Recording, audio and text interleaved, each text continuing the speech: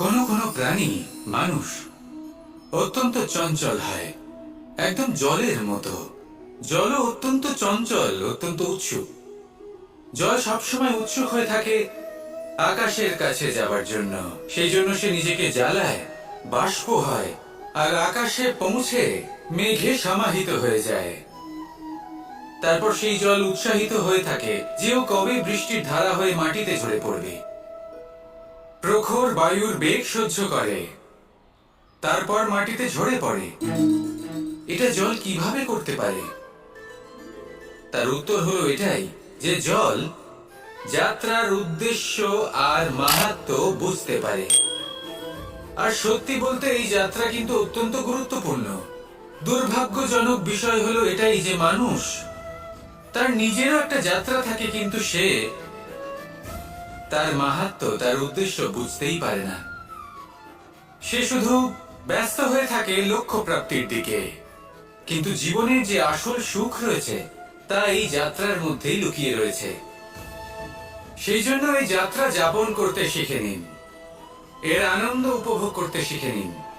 কারণ যে ব্যক্তি এই যাত্রায় আনন্দ নিতে শিখে যান, আনন্দ উপভোগ করতে শিখে যান, সে নিজের লক্ষ্যে নিশ্চিত রূপে পৌঁছে যান। তাই নিজের এই যাত্রার প্রত্যেক মুহূর্ত উপভোগ করতে থাকুন আর এই আনন্দ সহকারে বলুন, রাধা রাধা। কখনো কোনো বনে আপনি আগুন লাগতে দেখেছেন? এমন ভয়ানক আগুন লাগতে পারে সমস্ত বন জ্বালিয়ে দিতে পারে।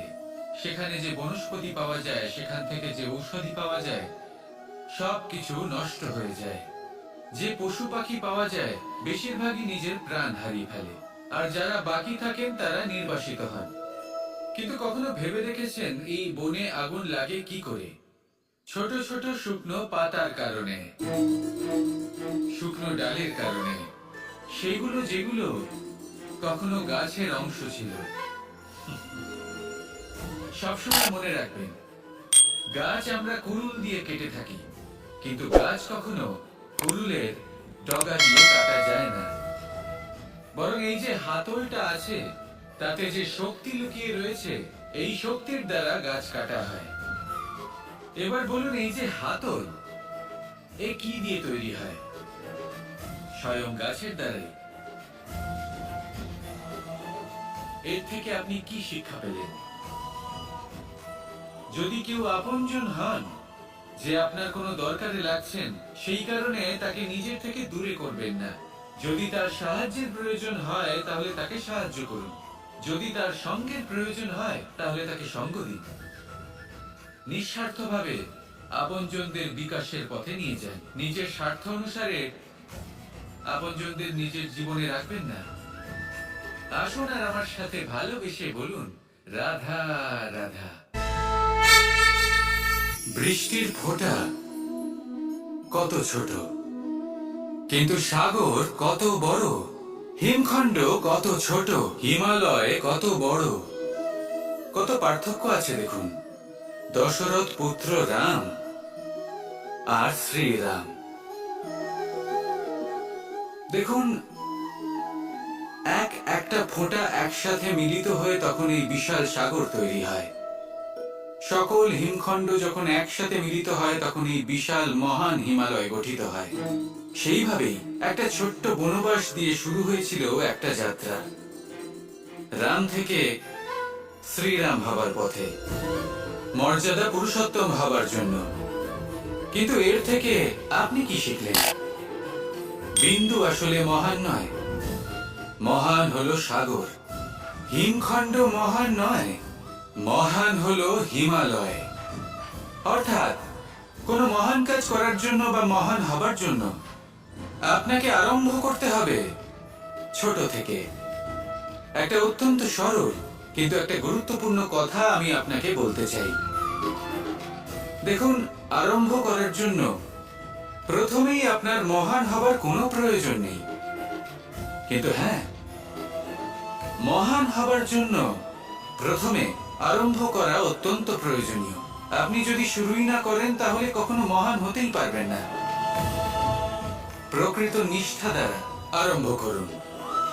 আপনার পদক্ষেপ, আপনার কর্ম যতই ক্ষুদ্র হোক না কেন, তা করতে থাকুন, নিরন্তর চেষ্টা করতে থাকুন, তারপর দেখবেন এই যে মহানুভবতা নিজে পথ চলে আপনার কাছে আসবে। তাই আপনি এটাই করুন আর আমার সাথে ভালোবেসে বলুন, রাধা রাধা। আপনি কখনো সূর্যের আলোকে নিজের হাতের মুঠোর মধ্যে রাখার চেষ্টা করেছেন? আপনি নিশ্চয়ই জানেন যে সেটা সম্ভব নয়। আপনি জলকে কখনো বেঁধে রাখার চেষ্টা করুন, সেটাও সম্ভব নয়। কিন্তু যখন এই সূর্যের প্রকাশ, এই উত্তাপ পৃথিবীতে আসে, তখন ধরিত্রী কি করে? সে সমস্ত বনস্পতির মধ্যে তা ভাগ করে দেয়, তাদের বিকাশে সহায়ক হয়ে ওঠে। আর এই ধরিত্রীকে পুজো করা হয়, একে ধরিত্রী মাতা বলা হয়। সেই রকমই চন্দ্রমা রাত্রে যখন উজ্জ্বল হয়, নিজের আলো বিকশিত করে, তখন পথচারী পথিককে তার পথ দেখায়। সেই জন্য চন্দ্রমাকে দেবতা বলা হয়। ঠিক সেইভাবেই আপনি কখনো এই প্রকৃতিকে বেঁধে রাখার চেষ্টা করবেন না। একে আগলে রাখতে শিখুন, একে ভাগ করে নিতে শিখুন, ঠিক প্রেমেরই মতো। এই প্রেমকে কখনো নিজের হাতের মুঠোয় আবদ্ধ করার চেষ্টা করবেন না, বরং একে মন খুলে ভাগ করে নিতে শিখুন। এটা যদি আপনি শিখে নিতে পারেন, তাহলে নিজেকেও প্রসন্ন রাখতে শিখে যাবেন, অন্যদেরও প্রসন্ন রাখতে শিখে যাবেন। আসুন আর আমার সাথে ভালোবেসে বলুন, রাধা রাধা। আপনি কখনো একটা পর্বতকে দেখে থাকবেন। দিনের বেলায় যদি দেখেন এই পর্বতকে কত সুন্দর দেখতে লাগে। এত বিশাল, এত সুন্দর প্রকৃতির এই দৃশ্য দেখে মনে শুভ চিন্তার উদ্ভব হয়। এবার সেই পর্বতকেই আপনি অন্ধকারে দেখুন, ততটাই ভয়াবহ মনে হয়। এবার এটাই হয় মানুষের সাথেও, আর এটাই হয় অন্য কোনো স্থানের সাথেও। এবার এর কারণ কি? তাহলে কি মানুষের রূপ, তার ব্যক্তিত্বের কোনো মাহাত্ম্য নেই?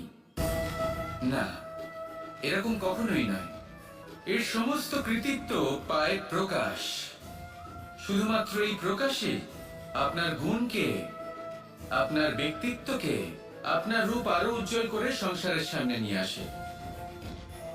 তাহলে আপনিও অন্ধকার থেকে প্রকাশের পথে অগ্রসর হন, সেই মানুষগুলোর দিকে অগ্রসর হন, সেই দিশায় অগ্রসর হন যা আপনার ভেতরের গুণগুলিকে, আপনার ব্যক্তিত্বকে সংসারের সামনে আনতে পারে।